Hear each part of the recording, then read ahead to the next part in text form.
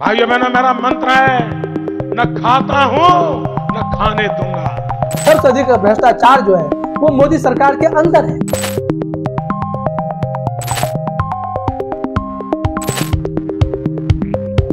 मोदी सरकार के जो ब्यूरोक्रेसी है उसके अंदर में भ्रष्टाचार का दीमक लगा हुआ है। तो इस दीमक को हटाने के लिए कोई दवा डालेंगे या सिर्फ भाषणबाजी होगी, न खाऊंगा न खाने दूंगा। नमस्ते। प्रधानमंत्री मोदी का वह भाषण आपको हमेशा याद आता होगा जिसमें कहते नजर आते थे, न खाऊंगा न खाने दूंगा। यह नारा कितना प्रचलित हो गया था और ऐसा लग भी रहा था कि मोदी जी सत्ता में आए हैं तो भ्रष्टाचारियों की शामत आ जाएगी, जिसमें भ्रष्टाचारी चाहे कहीं हो, भाजपा में हो या विपक्ष में हो, सबकी शामत आने वाली है।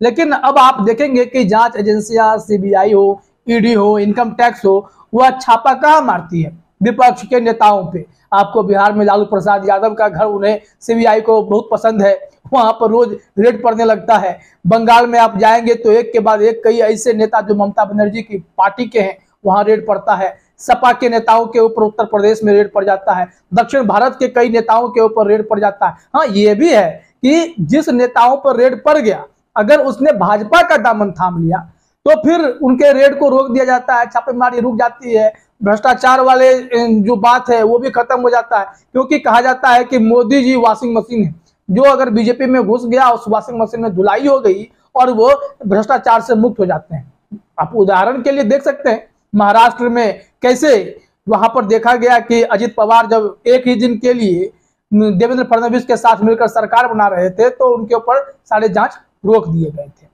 बंगाल में शुभेंदु अधिकारी अगर भाजपा में आए तो जांच रोक दिया गया। येदियुरप्पा अगर भाजपा का हाथ थाम लिए तो उनके ऊपर जो भी दाग लगे थे सब धुल गए।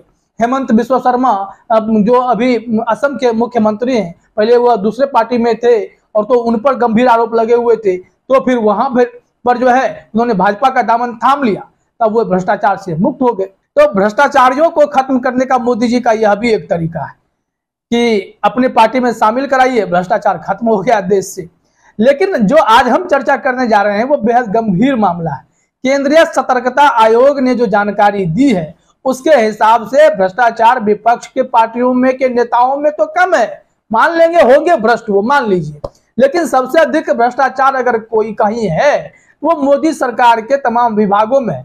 जिस जांच एजेंसियों को प्रधानमंत्री मोदी ने जिम्मेदारी दी है, सीबीआई को या ईडी को या इनकम टैक्स को, उसमें से ही ऐसे इतने अफसर हैं जो भ्रष्ट हैं, करप्ट हैं।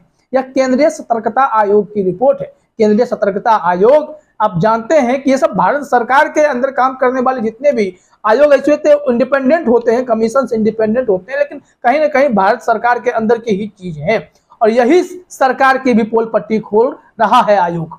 इस आयोग ने जानकारी दी है कि सीबीआई के 75 अफसर करप्ट हैं। आप दैनिक जागरण का यह स्क्रीनशॉट देखिए, हेडलाइन में ही लिखा हुआ है, सीबीआई के 75 अफसर और कर्मचारी भ्रष्टाचार के घेरे में, सीवीसी की रिपोर्ट में हुए कई बड़े खुलासे। यानी केंद्रीय सतर्कता आयोग ने इतना बड़ा खुलासा कर दिया है। तो मोदी जी न खाऊंगा न खाने दूंगा कह रहे थे, चलिए आप नहीं खा रहे होंगे, बहरहाल आपके दोस्त तो दुनिया के टॉप 3 अरबपति में शामिल हो गए, गौतम अडानी। पता नहीं उन्हें क्या क्या आपने खाना दिया, कितनी छूट दी, बैंकों से पैसे निकालने की छूट दी, कर्ज लेने की छूट दी और वो दुनिया के टॉप 3 अरबपति में शामिल हो गए, सबसे रिचेस्ट पर्सन में शामिल हो गए गौतम अडानी। लेकिन उसके बाद पूरा विपक्ष भ्रष्टाचारी नजर आने लगा और जो भ्रष्टाचारी भाजपा में आना चाहा वह फिर भ्रष्टाचार के आरोप से मुक्त भी होता चला गया।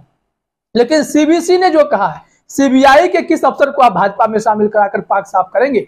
75 में से 55 तो ग्रुप ए लेवल के अफसर हैं, यानी टॉप ब्यूरोक्रेट्स जिसको बोलते हैं, वो तो भ्रष्टाचार में लिप्त हैं। उसके अलावा जो बाकी बचते हैं 20 अफसर, ये 20 अफसर जो हैं ग्रुप बी और ग्रुप सी के। तो तमाम अफसरों में भ्रष्टाचार के जो दिमक लगे हुए हैं, इसको निकालने के लिए क्या करेंगे आप? धो देंगे क्या बीजेपी में शामिल करा करके? लेकिन अफसर को जल्दी बीजेपी में शामिल करना तो बहुत जल्दबाजी हो जाएगी। खैर, अब जरा रिपोर्ट को थोड़ा डिटेल में देखते हैं। दैनिक जागरण का थोड़ा थोड़ा स्क्रीनशॉट मैं आपको दिखा रहा हूं, इसको देखिए और समझिए कि मोदी जी जो कहते हैं और जो करते हैं कितना फर्क है। बताया जा रहा है कि वर्ष 2021 में इसकी संख्या बढ़ी है। केंद्रीय सतर्कता आयोग की हाल में सार्वजनिक रिपोर्ट में बताया गया कि भ्रष्टाचार के मामलों में लिप्त सरकारी कर्मचारियों की संख्या 2021 में बढ़ गई। रिपोर्ट के मुताबिक 171 मामलों में 633 सरकारी कर्मचारी घोटालों में लिप्त मिले हैं। इनके विरुद्ध मुकदमा चलाने के लिए अनुमोदन का इंतजार है और सरकार है कि अनुमोदन अभी कर ही नहीं रही है कि मुकदमा शुरू कर दे। वित्त मंत्रालय तो सबसे अधिक करप्ट है, यानी निर्मला सीतारमण का मंत्रालय है। वही निर्मला सीतारमण जिनको आज इंडियन यूथ कांग्रेस ने तेलंगाना में खदेड़ने की कोशिश की, उनके काफिले के आगे प्रदर्शन किया, जो मोदी जी की तस्वीर ढूंढ रही थी राशन के दुकान पे, उस वित्त मंत्रालय में देखिए रिपोर्ट के मुताबिक, सीबीसी के रिपोर्ट के मुताबिक 65 मामले वित्त मंत्रालय के वित्तीय सेवा विभाग से हैं, जिनमें 325 अफसर लिप्त हैं। इसी तरह 12 मामलों में 67 कर्मचारी सेंट्रल एक्साइज और कस्टम विभाग से, 30 अफसर रेल मंत्रालय से और 19 अफसर रक्षा मंत्रालय से भ्रष्टाचार के आरोपित हैं। अब आप अंदाजा लगा लीजिए कि इन लोगों की स्थिति कैसी है। राज्य वाइज बात करेंगे तो इसी सीबीसी की रिपोर्ट में आगे आप देखिए, दैनिक जागरण का ये स्क्रीनशॉट देखिए। सीबीसी की रिपोर्ट में बताया गया है कि 8 मामलों में उत्तर प्रदेश सरकार के 15 अफसर फंसे हैं, उनके खिलाफ मुकदमा चलाने की अनुमति का इंतजार है। यानी योगी बाबा, बुलडोजर बाबा, जो कि अपराधियों के छक्के छुड़ाते रहते हैं, उनके अफसर यहाँ पर करप्ट दिखाई पड़ रहे हैं। जम्मू कश्मीर में 5 मामलों में 8 कर्मचारी भ्रष्टाचार में लिप्त मिले हैं। दिल्ली सरकार में 4 मामलों में 36 अफसरों के खिलाफ मुकदमा चलाने की अनुमति मांगी गई है। अब अनुमति दीजिए तो इन अफसरों पर कोई कार्रवाई हो। और इसमें सलाह दी गई है केंद्रीय सतर्कता आयोग के द्वारा कि जल्द से जल्द इन मामलों का निपटारा करें। यह सलाह है आपकी, और मोदी सरकार इस सलाह को कितना मानेगी, क्योंकि जिस जांच एजेंसी के सहारे विपक्षियों को परेशान किया जाता है, देश में जोड़ तोड़ की राजनीति की जाती है, विधायकों के खरीद फरोख्त किए जाते हैं, पाले बदलवाए जाते हैं, वैसे जांच एजेंसी में ऐसे अफसरों को क्या संरक्षण मिल रहा है? क्या ये अफसर जानबूझकर लूट खसोट मचा रहे हैं और करप्ट होते जा रहे हैं? सीबीसी ने इस रिपोर्ट से जो बातें कही हैं वो हैरान करने वाली हैं। तो मोदी जी को भी तय करना पड़ेगा इन अफसरों का क्या करें। यानी सबसे अधिक भ्रष्टाचार जो है वो मोदी सरकार के अंदर है। मोदी सरकार के जो ब्यूरोक्रेसी है उसके अंदर में भ्रष्टाचार का दीमक लगा हुआ है। तो इस दीमक को हटाने के लिए कोई दवा डालेंगे या सिर्फ भाषणबाजी होगी, न खाऊंगा न खाने दूंगा? और साथ ही साथ इन दिनों भी विपक्ष को ही निशाना बना रहे थे मोदी जी। भ्रष्टाचारियों को बचाने की खूब कोशिश हो रही है। सारे भ्रष्टाचारी एक हो रहे हैं। विपक्ष पे निशाना साध रहे थे, नीतीश कुमार पर, अरविंद केजरीवाल पर, तमाम लोगों पर निशाना साध रहे थे।